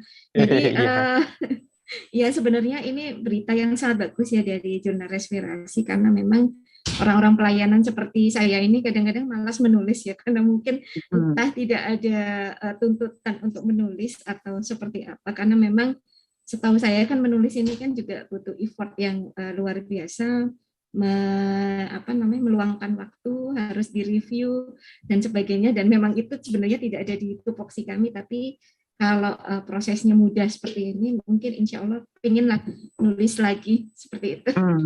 Moga-moga nanti bisa ini, terutama untuk kasus-kasus baru. Lanjut. Terima kasih, Titi. Dan yang menjadi juga penting adalah jangan lupa mensitasi naskah Anda atau naskah teman Anda yang sekiranya sama skopnya. Syukur-syukur kalau nanti mau submit di jurnal respirasi, nah cari dulu naskah-naskah yang lain, misalkan mau submit tentang TB, wah ini penelitian ada Dr. Edo, kemudian Dr. Titi, sama Ade Indira. Nah ini nanti disitasi, gitu. Jadi itu akan saling membantu untuk meningkatkan sitasi, gitu. Dan kabar baiknya bahwa naskah yang di jurnal respirasi itu sudah banyak yang disitasi di jurnal Scopus, seperti itu. Ada lebih dari 7 kalau tidak salah kemarin yang juga sudah disitasi. Dan yang mensitasi bukan orang Indonesia, ada yang dari Afrika, ada yang dari India, gitu. Jadi meskipun kita nulisnya di Indonesia, tapi karena kemajuan teknologi orang bisa membuka website ini, ya bisa mensitasi gitu, ya. Di Indira ada tambahan, silakan. Dokter, mungkin untuk tambahannya saya hanya berterima kasih dokter atas kesempatannya untuk bisa ikut sharing-sharing dan mendengar penelitian-penelitian dari dokter Edward dan juga dokter Titi. Mungkin sekian dokter, saya berterima kasih bisa ikut sharing di sini dokter. Ya, terima kasih. Mudah-mudahan segera lulus jadi kolega ya, jadi dokter Indira nanti. Dan publish lagi di jurnal respirasi. Gitu. Oke, Dr. Win, mungkin ada penutup terakhir, Dr. Win, silakan Chief Editor Jurnal Respirasi. Afternoon, Dr.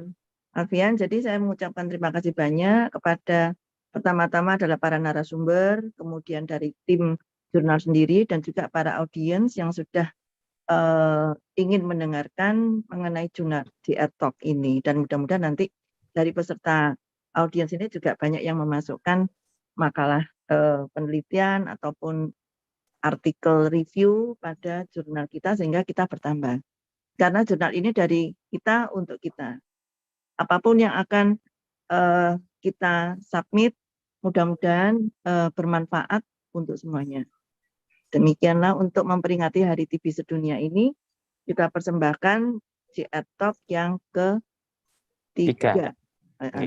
Demikian, Dr. Alfian, saya kira. Terima kasih, Dr. Winaryani, atas penutup dari Dr. Winaryani selaku Chief Editor yang mengawal kita bersama sampai jurnal ini bisa mencapai Sinta 2. Kita berdoa bersama-sama agar ke depan jurnal ini terindeksasi lebih banyak. Syukur-syukur bisa ke Scopus seperti itu. Oke, jadi nanti Anda jenengan semua juga berjuang ke sana. Kita saling membantu. Ada jurnal dari Indonesia, jurnal respirologi yang terindeks Scopus. Kalau kita lihat di skimaku, itu saya coba kemarin cari, ada 132 jurnal respirologi yang sudah terindeks Scopus, Q1, Q2, Q3, Q4.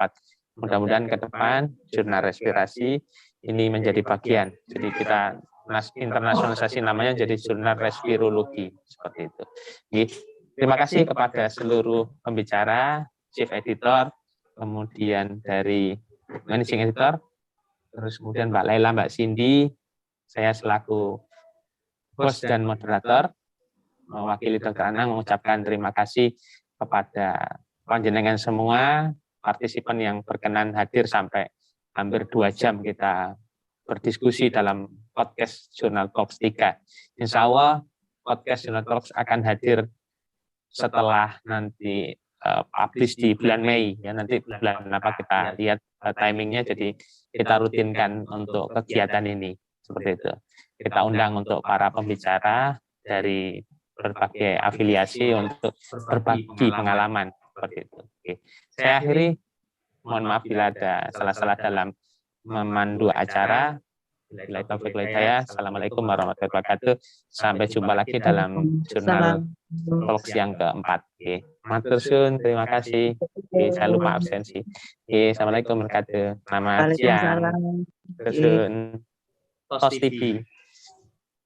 Kita live ya. Ya. Oke. Oke, matur suwun. Monggo Matur silakan. nuwun Dr. Afian. Oke, matur suwun, sami-sami.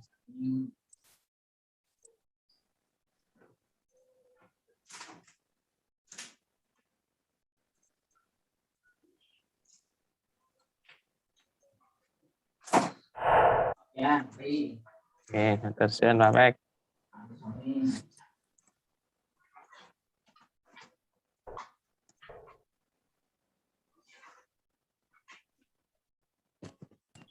Dr. Afian. Yuk, monggo. Oke, matur suwun. Terima kasih.